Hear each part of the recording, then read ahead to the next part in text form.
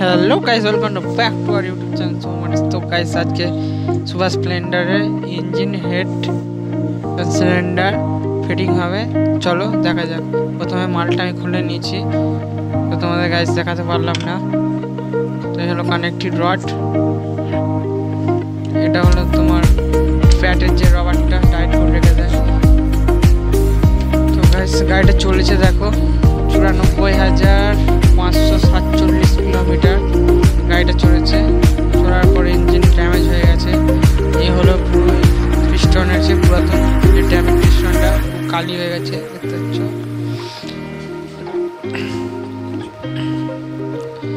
তো গাইস দেখো রিংয়ের কি অবস্থা, রিংগুলো পুরো বসে গেছে। চলো গাইস বেশি না দেরি করে তোমাদের হেডটা দেখাই। তার আগে তোমার সিলিন্ডার দেখিয়ে দিই। দেখো সিলিন্ডার অরিজিনাল সিলিন্ডার আছে, প্রথমবার বোরিং হবে। তো দেখতে থাকো। তো পিস্টনটা দেখো গলিয়ে তোমার দেখেছি কতটা টাইট আছে সিলিন্ডারের সাথে। বেশি লোল থাকলে কি হবে, বোরিং করার পরেও গাড়ি তোমার ধোঁয়া মারবে, যে জন্য কাজটা।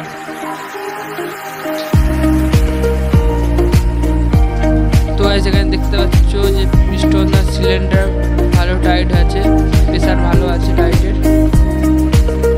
তো এদিক থেকেও আমরা ভিতরে পাঞ্চ করে দেখি, ভালো টাইট আছে। এই সিলিন্ডার 1 থেকে 2 বার বোরিং হবে, এর থেকে বেশি হবে না, কারণ ফলে এই। তো এটা হলো হেড, দেখতে থাকো। এর বড় ভাল্বটা বসে গেছে।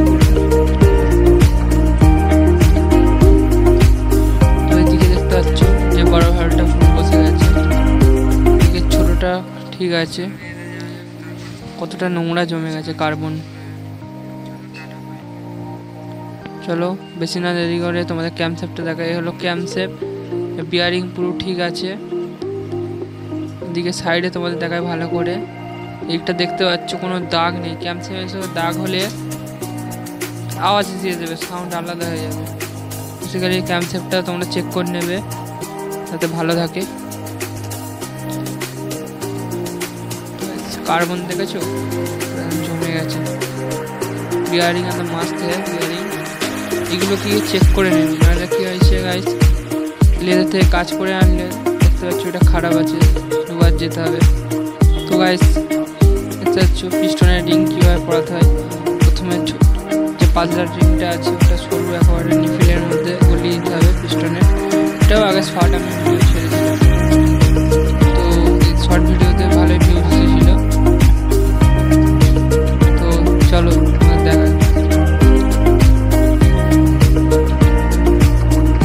প্রথমে এটা শুরু করে আস্তে করে গলিয়ে নেবে, জাস্ট এরকম করে ঘুরিয়ে নিয়ে টুক করে লেগে যাবে। বেশি এইগুলো বেশি টানাটানি করলে কি হয়, রিংগুলো ভেঙে যায়। তার মানে ফের দেখতে জানা পড়েগা कम बन जाएगा। तो चलो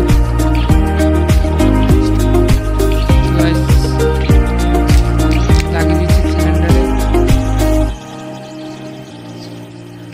তো এদিকে প্রেসারটা হচ্ছে আগের থেকে অনেকটা হার্ড প্রেসার আছে, সেগুলি আমার আঙুলটা প্রচুর ব্যথা হয়ে যাচ্ছিলো প্রেসারেতে যখন নিচে নামাচ্ছিলাম। পিস্টনটা দেখো কি কোম্পানির দিচ্ছি, গোস্ত কোম্পানির দেওয়া আছে। পিস্টন পাওয়ার আলাদা কোম্পানির পিস্টন হলে। তো আপাতত কানেক্টেড রডের সাথে পিস্টনের বুস্টার ঢুকিয়ে দিয়েছি। তো চলো লাগানো যাবে। তো আমার লক ফক করে পিস্টন বলে দিচ্ছি। পিস্টনটা সবসময় ওপরে ইঞ্চ চিহ্নটা টপ কার্বোটারের দিকে থাকতে হবে, নিচের দিকে থাকলে ওটা গাড়ি পিক আপ কেটে যাবে আর ধমকা মারবে। তো দেখতে পাচ্ছ সঠিকভাবে নিয়মে ফিটিং করলে। তো গাইস দেখতে পাচ্ছ এটা পুরাতন টাইমিং চেন আছে, টাইমিং চেনটা পাল্টানো গেছে, আমাদের দেখাতে পারিনি ভাই, কারণ ডিরেক্টর আমি, শ্যুট করছিও আমি, তো কিছু বলার নেই। তো এদিকে টাইমিংটা দেখছি। তো গাইস এদিকে টাইমিংটা ঠিক করে দেখে নিতে হবে, ইঞ্জিনের টাইমিং দেখো, গাড়ি গেলেও অটোমেটিক স্টার্ট হবে, তারপর পিক আপ করাটা শুরু করে দেবে।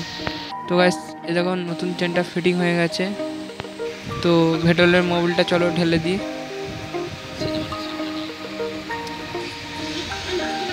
গাইস তো ঢেলে ফেললাম ভেটলের মোবিলটা আস্তে আস্তে। তো গাইস বেশি তাড়াহুড়ো করলেই জিনিসটা পড়ে যাবে। তো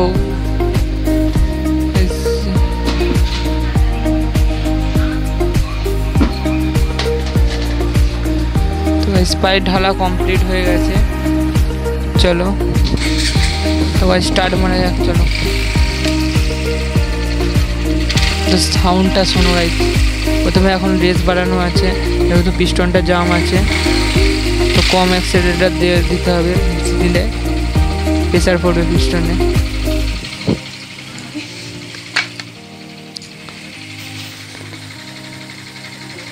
তো গাইস কিছু বলবো যে তোমরা যদি ইঞ্জিন করো বেশি রেসে চালাবে না, আস্তে আস্তে চালাবে।